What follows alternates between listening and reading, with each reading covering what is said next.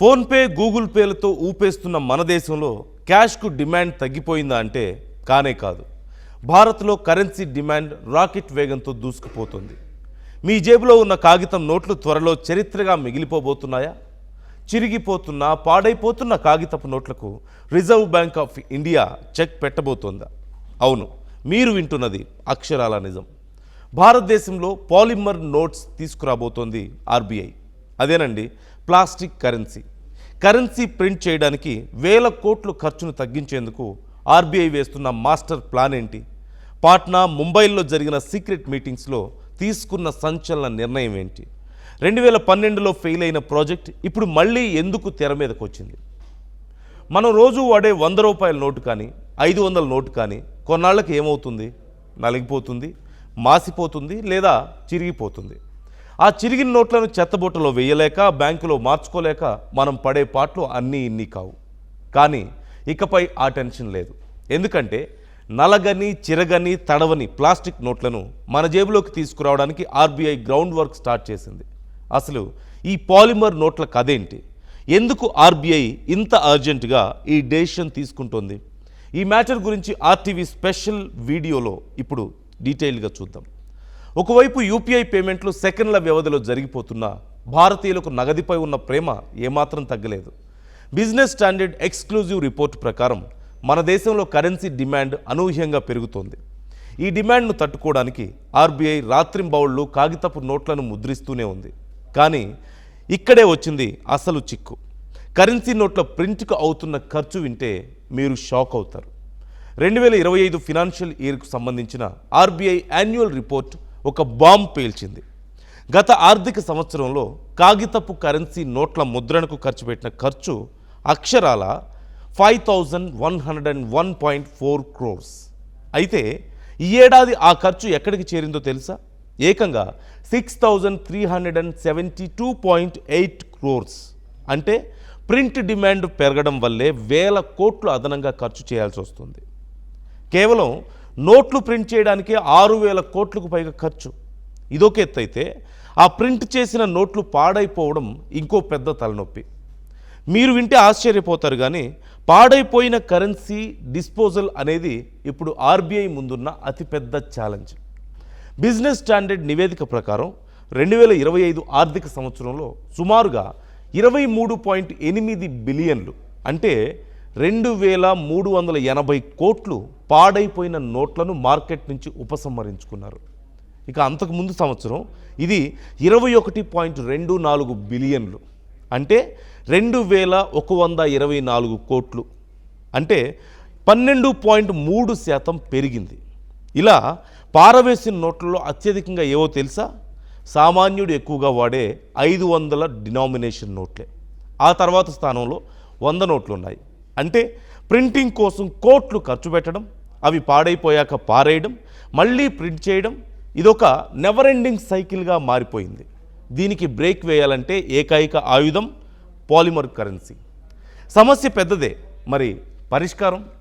ఇక్కడే RBI polymer అస్త్రాన్ని ప్రయోగించబోతోంది. బిజినెస్ స్టాండర్డ్స్ రిపోర్ట్ ప్రకారం పాలిమర్ లేదా ప్లాస్టిక్ కరెన్సీ నోట్లను ప్రవేశపెట్టాలనే అంశంపై ఆర్బీఐ తన చర్చలను మళ్ళీ పునరుద్ధరించింది. రీసెంట్గా పాట్నా అండ్ ముంబైలో జరిగినటువంటి ఆర్బీఐ బోర్డు సమావేశాల్లో ఈ పాలిమర్ నోట్ల గురించే హాట్గా చర్చ జరిగింది. ఎందుకు ఈ ప్లాస్టిక్ నోట్స్? అసలు కాగితంతో పోలిస్తే వీటి స్పెషాలిటీ ఏంటి? ఇప్పుడు మనం క్లియర్గా తెలుసుకుందాం. అందులో మొదటిది ప్రొడక్షన్ కాస్ట్, అంటే ఉత్పత్తి వ్యయం. కాగితపు కరెన్సీతో పోలిస్తే ఈ పాలిమర్ నోట్ల ఉత్పత్తి వ్యయం చాలా తక్కువగా ఉంటుంది. అంటే చాలా తక్కువ ఖర్చుతో వీటిని తయారు చేయొచ్చు. అండ్ డ్యూరబిలిటీ అంటే మన్నిక. ఇవి కాగితంలాగా త్వరగా చిరిగిపోవు, నీళ్లలో తడిసిన ఏవీ కావు. వీటి లైఫ్ టైం చాలా ఎక్కువగా ఉంటుంది ఆబ్వియస్లీ. సో 60కి పైగా దేశాలు ఈ పాలిమర్ కరెన్సీని కంప్లీట్లీ లేదా పార్షియల్లీ యూజ్ చేస్తూనే ఉన్నాయి. 1988లో పాలిమర్ $10 నోటును జారీ చేసిన మొదటి దేశం ఆస్ట్రేలియా.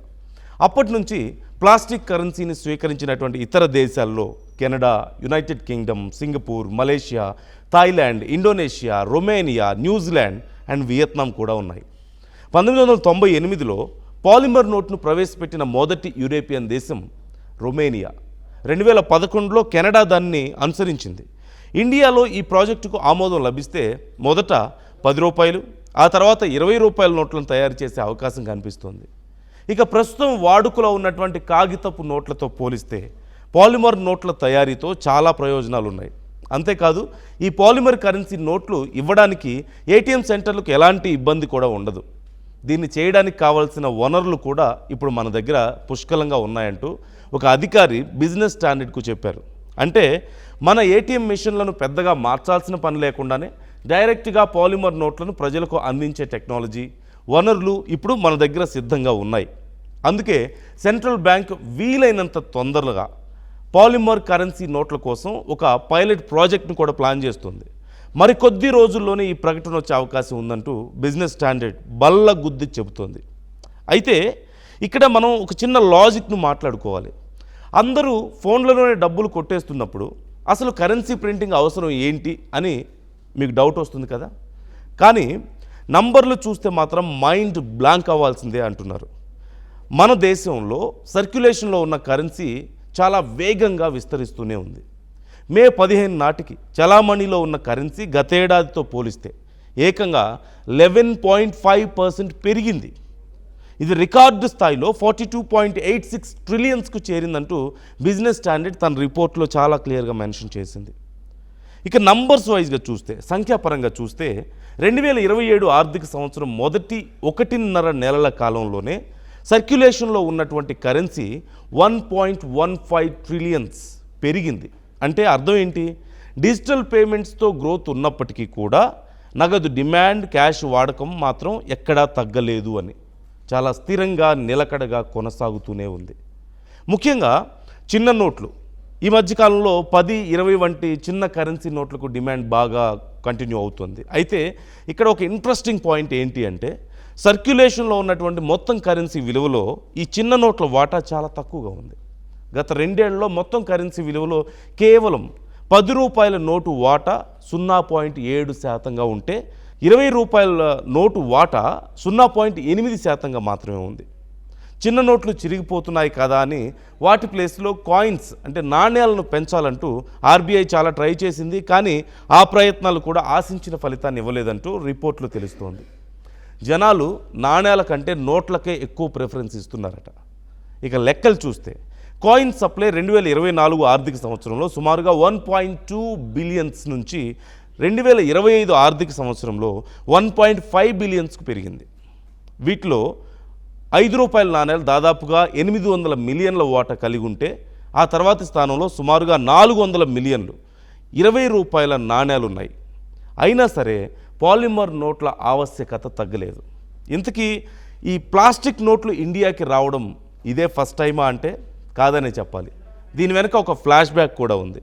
బిజినెస్ స్టాండర్డ్ నివేదిక ప్రకారం 2012లో అప్పటి యూపీఏ గవర్నమెంట్ 5 నగరాల్లో $1 బిలియన్ రూ10 పాలిమర్ నోట్లతో కూడినటువంటి ఫీల్డ్ ట్రయల్కు ఆమోదం తెలిపింది. ఆ టైంలో ఫేక్ కరెన్సీని అరికట్టడం కంటే నోట్ల మన్నికను అంటే లైఫ్ టైంను మెరుగుపరచడమే తమ ప్రైమరీ గోల్ అంటూ అప్పటి ప్రభుత్వం చెప్పింది. అయితే ఏమైంది ఏంటని తెలియదు, కానీ కొన్ని టెక్నికల్ ఛాలెంజెస్ కారణంగా ఈ ప్రాజెక్టును చివరికి మధ్యలోనే నిలిపివేశారు అంటూ తెలిసింది. సో అది విషయం. 2012లో సాంకేతిక కారణాలతో ఆగిపోయినటువంటి ఈ ప్లాస్టిక్ కరెన్సీ కళ ఇప్పుడు మళ్ళీ ప్రాణం పోసుకుంటుంది. కాగితపు నోట్లను ప్రింట్ చేయడానికి అవుతున్న వేల కోట్ల ఖర్చు, అవి చిరిగిపోతే పారేయడానికి అవుతున్న శ్రమ, వీటన్నిటికీ ఒకే ఒక్క పరిష్కారం పాలిమర్ కరెన్సీ. ఏటీఎంలలో ఎలాంటి మార్పులు చేయకుండానే ఈ కొత్త నోట్లు మన చేతికి రాబోతున్నాయి.